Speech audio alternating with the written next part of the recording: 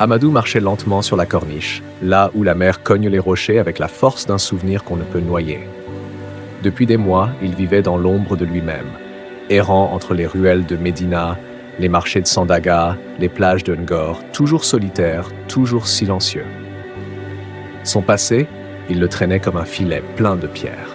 Avant, il vivait sur l'île de Gorée, pêcheur parmi tant d'autres, respecté, discret, jusqu'au jour où tout a basculé.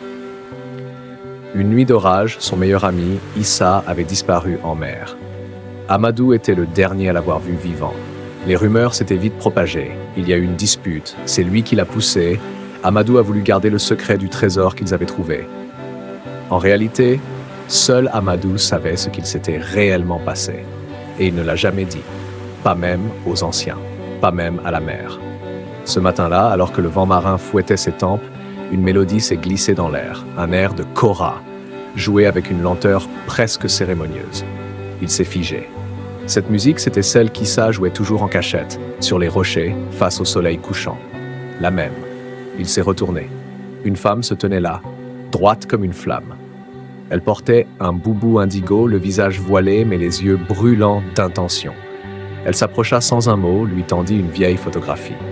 Amadou baissa les yeux, c'était lui, jeune, aux côtés d'Issa. Un cliché qu'il croyait détruit. La femme murmura « Il est revenu, et il demande à te voir ». Le choc le cloua. Les jours suivants furent flous. Il revoyait les rires, les promesses, les plongeons nocturnes, les cartes nautiques griffonnées. Et cette grotte au sud de l'île où ils avaient trouvé... Non, où ils avaient caché quelque chose. Mais pourquoi maintenant? Pourquoi ce retour? Il suivit la femme. Elle s'appelait Aïssatou. Fille d'un ancien griot, elle connaissait l'histoire du secret. Mieux encore, elle savait qu'Issa avait survécu. Il n'était pas mort. Il avait fui, blessé, trahi, persuadé qu'Amadou l'avait vendu. Pendant des années, il s'était caché au fin fond du saloon, devenu contrebandier, puis guérisseur. Mais aujourd'hui, il était mourant, rongé par une balle jamais retirée. Il voulait parler une dernière fois à Amadou. Le voyage fut long. Ils traversèrent Rufisque, Thiès, puis les mangroves du delta. Amadou ne parlait pas. Il se remémorait cette nuit-là, le canot, la lueur dans les yeux d'Issa, la valise métallique. Il se souvenait du choix, du moment où il aurait pu le sauver, ou fuir avec le secret. Lorsqu'il retrouva Issa, le choc fut brutal. Il n'était plus que l'ombre d'un homme. Mais son regard, lui, brillait comme autrefois, tranchant, vivant. Le silence dura des minutes entières, puis Issa parla. « Tu aurais pu me sauver. »« Tu m'as trahi, » répondit Amadou. Ils se regardèrent.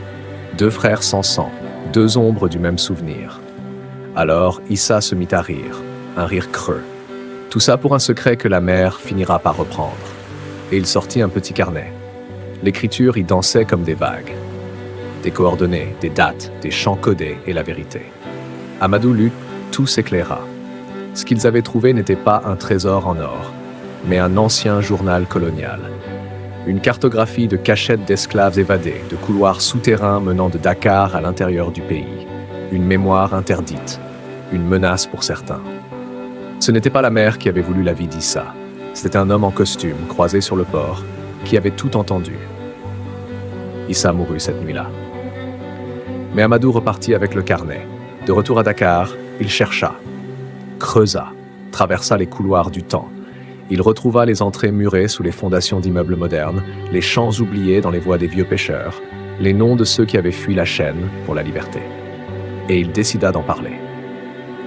Avec l'aide d'Aïssatou, il créa une exposition clandestine dans une galerie du plateau. Photos, objets, sons de la kora, lecture de passages du carnet, récits de descendants, le tout sous le nom Les Ombres de Dakar. Mais les menaces ne tardèrent pas. Des hommes vinrent le voir, lui conseillèrent d'arrêter. On fouilla son logement, on effaça ses dossiers, on fit disparaître certains témoins. Mais l'histoire était lancée. Les jeunes venaient, écouter, questionner, se souvenir. Et le nom d'Amadou commença à circuler, pas comme un héros, mais comme un réveilleur. Aujourd'hui encore, à la tombée du jour, sur la corniche, on entend parfois un air de kora. Certains disent que c'est le vent, d'autres disent que c'est Issa, ou peut-être Amadou. Mais tous savent qu'à Dakar, il y a des choses que la mer ne pourra jamais enterrer. Depuis l'exposition clandestine, la vie d'Amadou avait changé.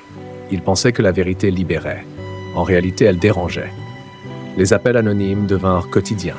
Une nuit, quelqu'un déposa une tête de poisson pourri sur le seuil de sa chambre, attachée à un bout de corde tressé. Un avertissement clair. Même Aïssatou, plus courageuse qu'un baobab enraciné, commençait à s'inquiéter. Mais Amadou refusa de reculer. Il retourna à Gorée. Là, Boubacar, un vieux pêcheur, lui révéla tout. Le secret était bien plus ancien encore. Un réseau de silence entourait les découvertes du carnet. Des descendants de négriers, aujourd'hui puissants, veillaient à ce que ces vérités ne sortent jamais. Avec Boubacar, il ouvrit une trappe oubliée sous la maison des esclaves.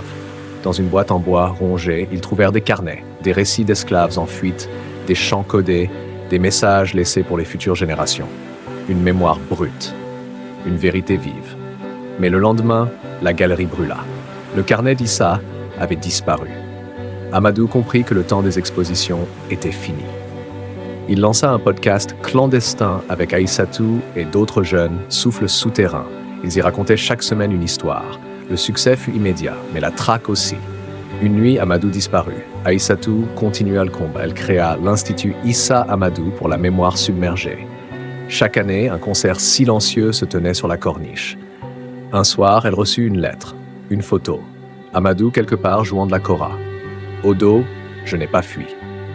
J'écoute encore, là où personne n'écoute plus. Dakar n'était plus la même.